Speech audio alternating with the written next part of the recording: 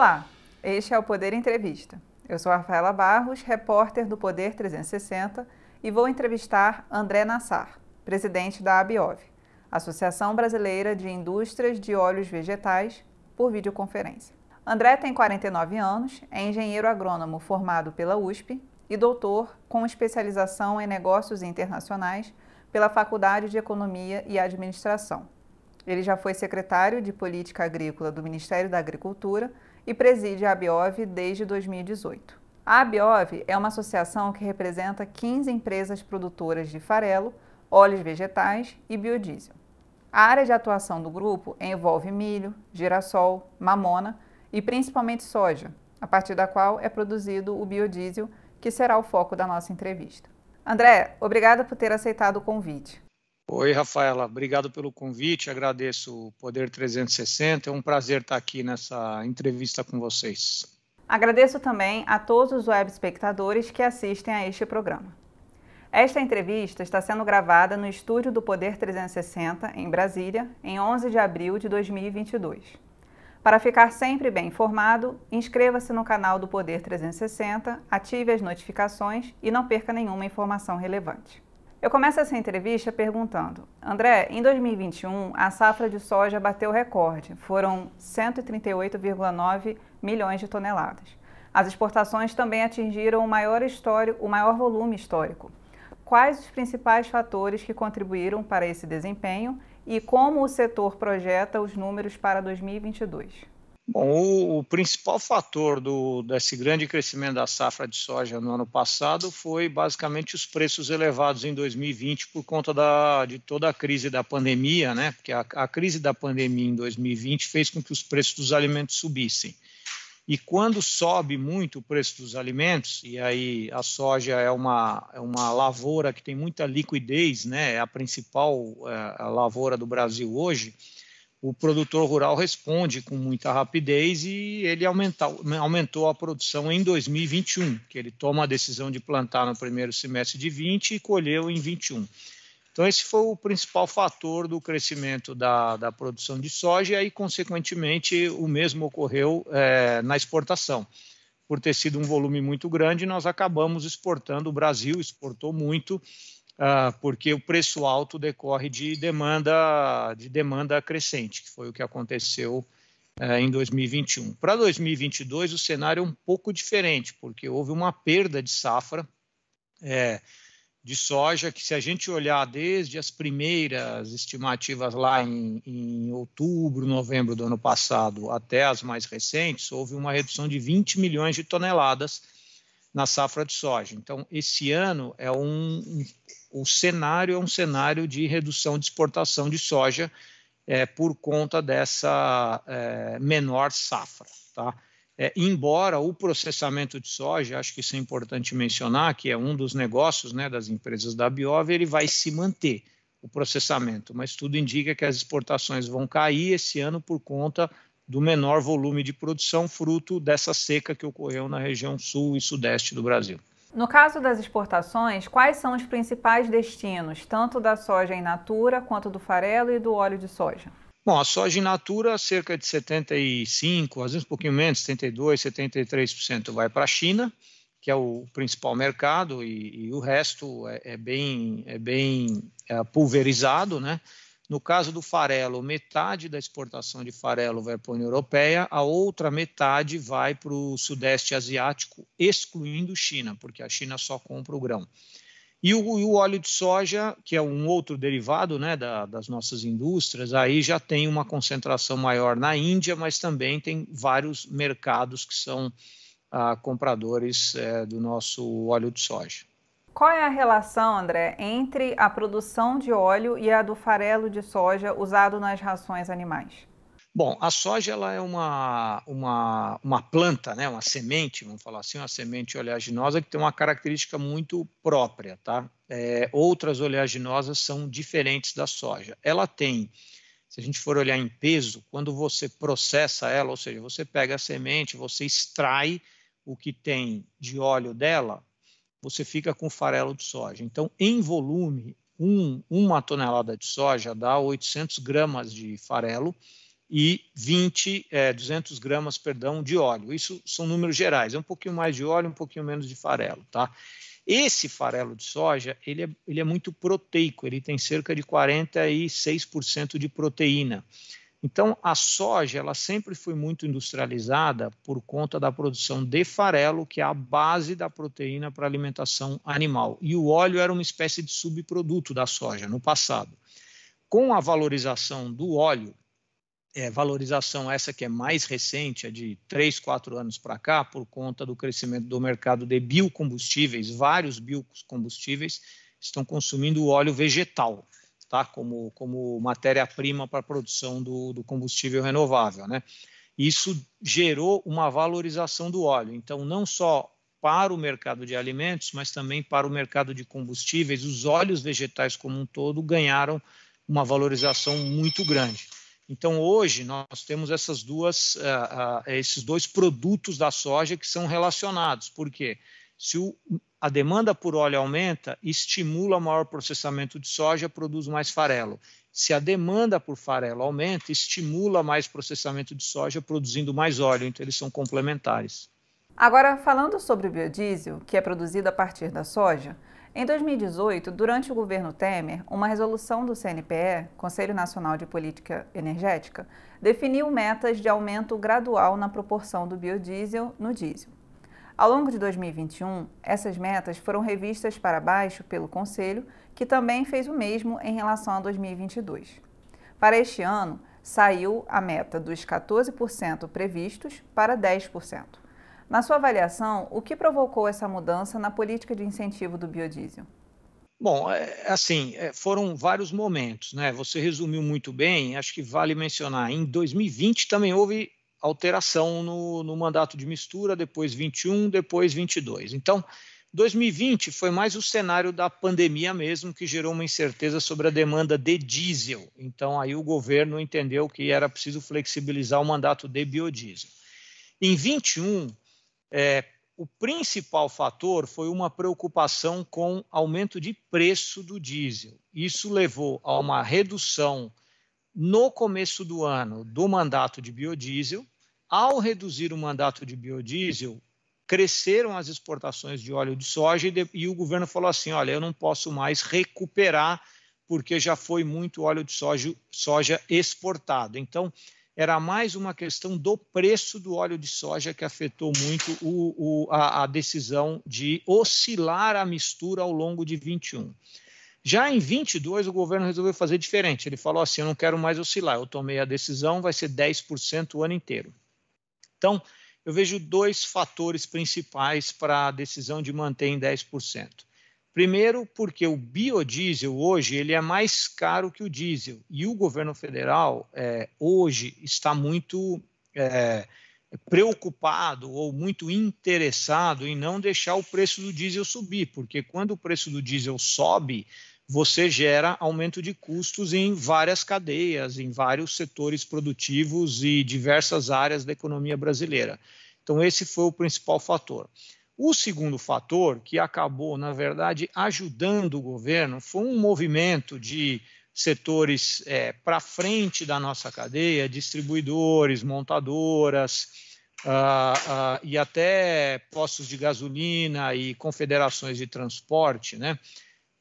Que desenvolveram toda uma teoria de que o biodiesel ele tinha problemas de qualidade que afetavam o funcionamento de equipamentos motores. Tá? Nós já mostramos que isso não é verdade, mas para o governo acabou sendo um apoio para manter em 10%, porque esses setores pediram 10%. Então, dois fatores, o interesse do governo de não deixar o preço do diesel subir, ou se fosse o caso do preço do diesel subir, ele deveria subir somente por conta da variação do petróleo e não por conta do biodiesel. E o segundo, esse movimento de setores aí defendendo os 10%, que acabou, digamos assim, ajudando aquilo que o governo queria, que era tinha interesse no início do ano de manter em 10% para controlar o preço de diesel. E quais as consequências dessa redução do uso do biodiesel sobre a produção e, consequentemente, os preços do farelo de soja e, por fim, em toda a cadeia de alimentos? Então, aí nós temos que ver as consequências na indústria de biodiesel e no processamento, que é o que você falou aí, farelo de soja, óleo de soja, né? Então, assim, a indústria de biodiesel hoje, ela tem 50% de capacidade ociosa. Ela vinha num processo de expansão por conta desse aumento da mistura, conforme você falou bem no início da entrevista, chegando até 15%, se fosse seguir o calendário, seria 15% de teor de mistura em março de 2023. Tanto é que só esse ano já entraram em funcionamento 2 novas usinas de biodiesel, tá? Bom, então, assim, a indústria de biodiesel hoje vive um momento difícil, com 50% de capacidade ociosa e muita incerteza sobre o que vai acontecer com o negócio biodiesel. A indústria de processamento de soja, o que acontece com ela, né?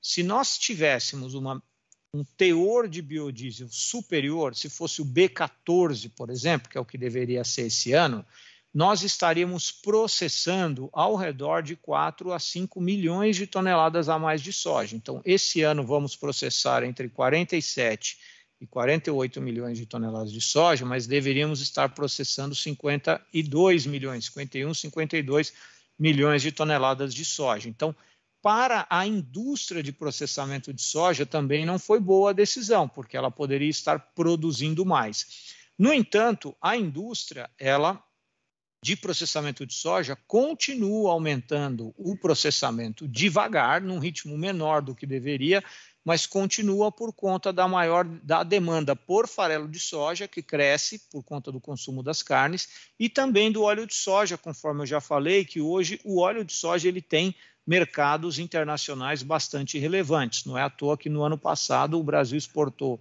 1,7 milhão de toneladas de óleo, que foi o maior volume exportado provavelmente quase dos últimos 10 anos. Como que o senhor avalia essa decisão de redução no contexto de uma gestão que publicamente sempre se mostrou entusiasta do agronegócio? Por mais que não esteja ligado diretamente, o agronegócio está totalmente relacionado ao setor de processamento, à indústria, né?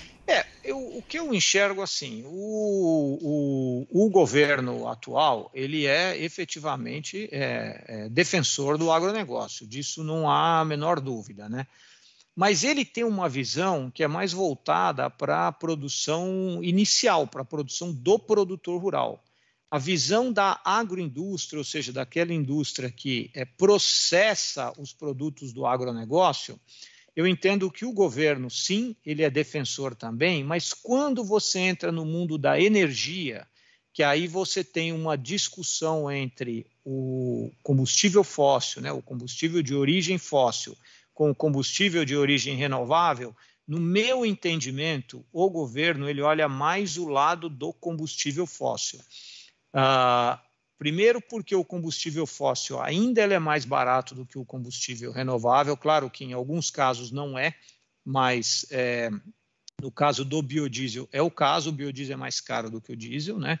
Segundo, o governo tem uma visão de que o combustível fóssil ele é mais estável do ponto de vista de suprimento, enquanto o combustível renovável ele oscila por conta das safras. Então, tendo em vista essa questão, né, da sazonalidade das safras, quando entra no mundo da energia, o governo tem dado maior prioridade aos combustíveis fósseis vis-à-vis os combustíveis renováveis. Veja, isso no caso do biodiesel, porque o governo é um grande defensor do RenovaBio, que é um programa de estímulo aos combustíveis renováveis, não tem a menor dúvida disso, né? Mas quando os combustíveis renováveis começam a afetar muito o preço do combustível no final, ou seja, gasolina pressionado por etanol, ou diesel pressionado por biodiesel, o governo prioriza a questão do preço final e aí ele olha e fala assim, não, eu vou ter que fazer o ajuste no biodiesel. E ao fazer o ajuste no biodiesel, porque é essa visão, se eu fizer o ajuste no biodiesel, eu não prejudico o agronegócio para trás, porque aquele óleo que seria usado para biodiesel, ele pode ser usado para outros fins. Essa é a visão do governo. No meu entendimento, é uma visão simplificada, uma visão de alto risco, porque pode ser que isso não dê certo, e é uma visão que, evidentemente, não está estimulando industrialização da soja. Como eu falei, o Brasil poderia estar industrializando volumes bem maiores de soja. Pela resolução de 2018, a mistura mínima obrigatória do biodiesel no diesel seria de 15% em 2023. O setor está otimista quanto a essa possibilidade, considerando os atuais 10%? Olha, não é uma questão de estar otimista, assim. Realmente, se você está com 10% de mistura e chegar em março do ano que vem, ela subir para 15% de uma vez, eu acho que eu não ficaria otimista em relação a isso. O que nós estamos... a gente enxerga que é um cenário possível, certo? Nós estamos trabalhando com um cenário, seria o próprio governo entender que é importante ter um nível de mistura mais alto de biodiesel. Então, o mais importante é o governo valorizar o aumento da mistura de biodiesel. E, a partir daí, desenhar um cronograma factível com a gente. Então, para atingirmos 15% em 2023, esse ano já teria que iniciar o aumento da mistura ou, pelo menos, sinalizar. O que é importante? Ano que vem é uma safra nova. Então, o importante é o produtor de biodiesel e o processador de soja já entrarem na nova safra sabendo quanto eles precisam processar para atender o mercado. Como a soja começa a ser colhida no início de janeiro, é muito importante que ainda em 2022 o governo diga quanto vai ser a mistura em 2023, para que a indústria se prepare para produzir a quantidade de óleo e de biodiesel necessário para atender aquela mistura, a mistura que for. Se você me perguntar se é possível ter 15% de mistura do ponto de vista de oferta de óleo, é perfeitamente possível, porque nós temos a soja, nós temos a capacidade de processamento da soja e, portanto, de produção de óleo, e temos, evidentemente, capacidade de produção de biodiesel também. Outra mudança significativa no setor foi o fim dos leilões públicos. Para o web espectador entender, até 2021, o biodiesel era comprado sempre em leilões bimestrais, intermediados pela Petrobras. A ANP, Agência Nacional de Petróleo, Gás Natural e Biocombustíveis, liberou, a partir de janeiro deste ano, a venda direta entre produtores e distribuidoras de combustíveis. Passados quase 4 meses dessa mudança, qual o balanço da Abiov sobre o fim dos leilões públicos de biodiesel?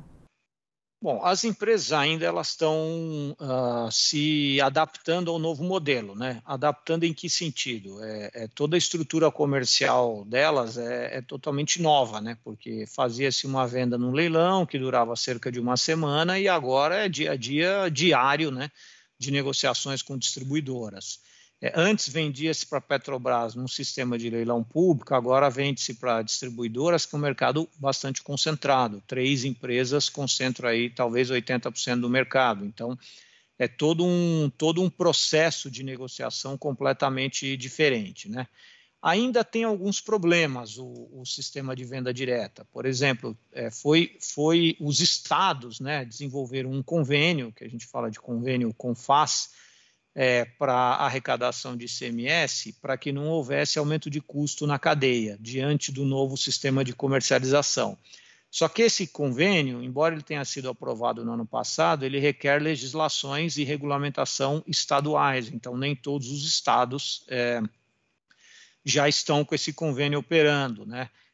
Esse convênio requer também a devolução de créditos e muitas empresas ainda não receberam seus créditos, então tem impacto no fluxo de caixa. Então, tem várias questões ligadas à comercialização direta, à venda direta, que ainda não estão funcionando perfeitamente. Outra coisa, o próprio modelo da ANP de venda direta com contratos equivalentes a 80% no determinado bimestre do que foi comercializado no mesmo bimestre do ano anterior, no nosso entendimento, ele faz com que o mercado fique um mercado muito engessado, né? É um mercado com pouca liberdade para as empresas aumentarem o quanto querem vender, diminuírem, e assim vai em função das condições de safra, preço, tudo isso. Mas, enfim, tirando esses problemas de adaptação para o novo sistema, né, a visão é que o novo sistema tem suas vantagens e as empresas estão se adaptando. Havia uma preocupação enorme com o fim dos leilões, mas o tempo foi passando, veio regulamentação da ANP, resolveu-se a questão do ICMS, tudo isso vai fazendo com que as empresas fiquem mais preparadas para o modelo de venda direta. Segundo dados da ANP, o preço médio do litro do biodiesel saiu de R$ 5,93 no último leilão, de novembro e dezembro, já incluída a margem da Petrobras, para R$ 7,20 na última semana de março. Dá para afirmar que a mudança na comercialização foi um mau negócio para o consumidor ou ainda é cedo? Olha, a principal razão que fez o preço do biodiesel subir tanto não foi o sistema de comercialização, foi o preço da sua principal matéria-prima, que é o óleo vegetal. São as gorduras como um todo, mas o óleo vegetal ele é a principal matéria-prima hoje utilizada para a produção de biodiesel. O óleo vegetal ele é uma commodity internacional, assim como o petróleo, né? Muitas vezes as pessoas estão mais acostumadas com o preço do petróleo. O preço do petróleo saiu de 80, pulou para 100, subiu para 120, caiu para 100. O óleo vegetal é a mesma coisa, existe uma cotação internacional que também oscila muito. Por conta do fato de que o óleo vegetal, a demanda internacional pelo óleo vegetal, ela está crescendo bastante, isso fez com que o preço do óleo vegetal subisse muito. E o produtor de biodiesel, ele compra óleo, ou ele faz o seu próprio óleo vegetal, isso mais ou menos 40% da indústria, ou ele compra o óleo vegetal, que são os outros 60% da indústria. Quem compra o óleo vegetal, ele tem que vender o biodiesel, certo? Alinhado à variação de preço da matéria-prima dele, porque se ele não fizer isso, ele não tem lucro, ele não tem retorno financeiro na operação, e aí a produção de biodiesel dele um dia vai parar de funcionar, né? Por não remunerar o próprio negócio. Então, assim, a principal razão, a razão mais forte que fez o preço do biodiesel subir foi o aumento do preço do óleo vegetal, e não da mudança de modelo de comercialização. Falando agora dos CBIOs, como são chamados os créditos de descarbonização. São certificados emitidos por produtores de biocombustíveis que têm que ser obrigatoriamente adquiridos pelas distribuidoras de combustíveis. Hoje, cerca de 85% dos emissores são produtores de etanol de cana. Segundo a ANP, eles são 262. Já os de biodiesel são 32. Qual é a sua avaliação sobre esse número? Há espaço, André, para crescimento? E como que são o processo e os custos envolvidos na certificação de uma usina? O biodiesel, conforme você falou, é ao redor de 15% do total de CBIOs, né? Se a gente for olhar esses 15% no potencial de produção de biodiesel, isso dá ao redor de 45%. Então, só 45% da produção de biodiesel hoje é elegível para CBIO. Então, há um potencial muito grande para crescer, porque faltam os 55% da produção que não emitiram CBIOs. Então, o potencial para o biodiesel crescer na emissão de CBIOs é enorme. Ele pode praticamente duplicar até um pouco mais. Por que ele não duplica? Principalmente porque a cadeia de custódia do biodiesel é diferente da cana, né?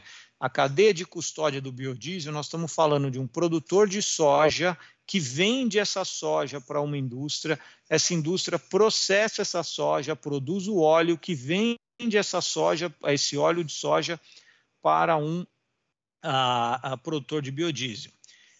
Os CBIOs hoje emitidos, principalmente, eles vêm ou de resíduos, que são as gorduras, ou ele vem de matérias-primas que são mais verticalizadas. Agora, no óleo de soja, praticamente não tem emissão de CBIOs por conta do fato de ser uma cadeia não verticalizada. O produtor de soja vende para uma indústria de processamento, que vende o óleo para um produtor de biodiesel. Então, é preciso encontrar uma solução para certificar essa cadeia não verticalizada, essa cadeia que tem pelo menos 3 agentes diferentes: produtor de soja vendendo para o processador vendendo o óleo para o produtor de biodiesel. Isso ainda não se encontrou uma forma economicamente viável de permitir a emissão de CBIOs nesse tipo de cadeia com todas as garantias e obrigações que o RenovaBio exige para a emissão de um CBIOS. Isso vai passar por mudanças porque a própria ANP está adaptando a sua legislação para atender essa estrutura de cadeia de grãos, né, e oleaginosas, que é completamente diferente da estrutura de cadeia da cana. Em relação ao HVO, o chamado diesel verde ou diesel renovável, há um movimento, mas ainda tímido. A Petrobras concluiu os testes em 2020. No final do ano passado, a Vibra e a Brasil Biofuels anunciaram a construção da primeira biorefinaria no país, que deve começar a operar em 2025. Mas esse produto ainda depende da regulamentação da ANP. Como a Abiov avalia esse movimento e a provável competição no mercado? Bom, nós temos uma preocupação específica que eu vou mencionar, que é com o diesel RX da Petrobras, porque ele, na verdade, ele é um diesel fóssil que já vai sair da refinaria com uma porcentagem de renovável dentro dele. Renovável que tem a composição química, vamos dizer assim, a parcela de renovável semelhante à do HVO. Mas ele, na verdade, não é um combustível renovável, porque ele já sai, ele é um componente, um aditivo pequeno no diesel. Então, eu não chamaria esse produto de HVO. Eu acho que esse é um produto, é o diesel RX da Petrobras, tá? Agora, vamos para o HVO, que seria a produção em uma refinaria dedicada de HVO. Evidentemente, o HVO, ele substitui diesel, assim como o biodiesel. Então, são produtos que estão no mesmo mercado, que podem, inclusive, competir entre si. Eu enxergo, né, que eles são produtos complementares se o Brasil tiver a visão de reduzir as emissões, a intensidade de carbono no ciclo diesel. Ou seja, se a visão for eu quero reduzir as emissões no ciclo diesel, consumindo mais renovável e reduzindo o consumo de diesel, eu entendo que eles são complementares. O que eu estou querendo dizer? Uma visão assim. Qual é o plano brasileiro? O plano brasileiro é, hipoteticamente, em 5 anos, substituir 30% de diesel por renovável. Se formos por esse caminho, eu entendo que tem mercado para o biodiesel e tem mercado para o HVO. E eles vão competir dentro de um mercado que é um mercado grande, é um mercado interessante e é bom para todo mundo. Por quê? Porque não só está sendo estimulado o biodiesel e HVO, mas também está tendo toda a redução de emissões. Tecnicamente, seria possível o governo decidir substituir 100% do diesel pelo biodiesel? Olha, o chamado B100, tecnicamente ele é possível. Agora, isso exigiria uma escala enorme e exigiria também algumas adequações às características intrínsecas do próprio biodiesel. Então, assim, é possível, mas no mundo os exemplos que existem é até 30% de mistura. Tá? Então, eu enxergo o biodiesel sempre como uma parcela no mercado de diesel, ele misturado. Agora, tecnicamente, seria possível com HVO ser 100% HVO. Isso seria perfeitamente possível. Sobre a descarbonização, o aumento na produção do biodiesel tem a questão de que, por um lado, ajuda a reduzir a participação dos combustíveis fósseis e, consequentemente, as emissões de gás carbônico, mas, por outro, traz o risco da expansão da chamada fronteira agrícola, principalmente na área da Amazônia Legal, que abrange diversos estados, entre eles o Mato Grosso, o maior produtor de soja do país. O que o senhor tem a dizer sobre isso e quais os dados mais recentes sobre esse cenário? Tá, então, assim, a fronteira agrícola ele é um grande tema de discussão na nossa cadeia, né? Porque vários dos nossos mercados não querem consumir, comprar soja ou seus derivados se essa soja foi plantada numa área desmatada recentemente. Isso é verdade na Europa e o próprio RenovaBio ele não permite a produção de qualquer tipo de biocombustível de uma matéria-prima, de uma lavoura plantada numa área que foi desmatada recentemente. Então, existe um grande debate sobre como a soja vai crescer em áreas já abertas, ou seja, áreas que foram desmatadas no passado, mas não numa data recente.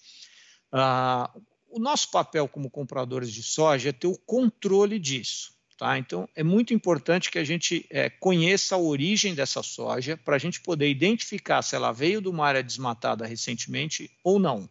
E, evidentemente, fazer a devida seleção em função daquilo que os clientes querem. Mas nós sabemos que a tendência da soja é que ela tem que ir cada vez mais para um crescimento em área, crescimento sem abrir novas áreas, principalmente em áreas já abertas. Então, o nosso setor trabalha nessa direção.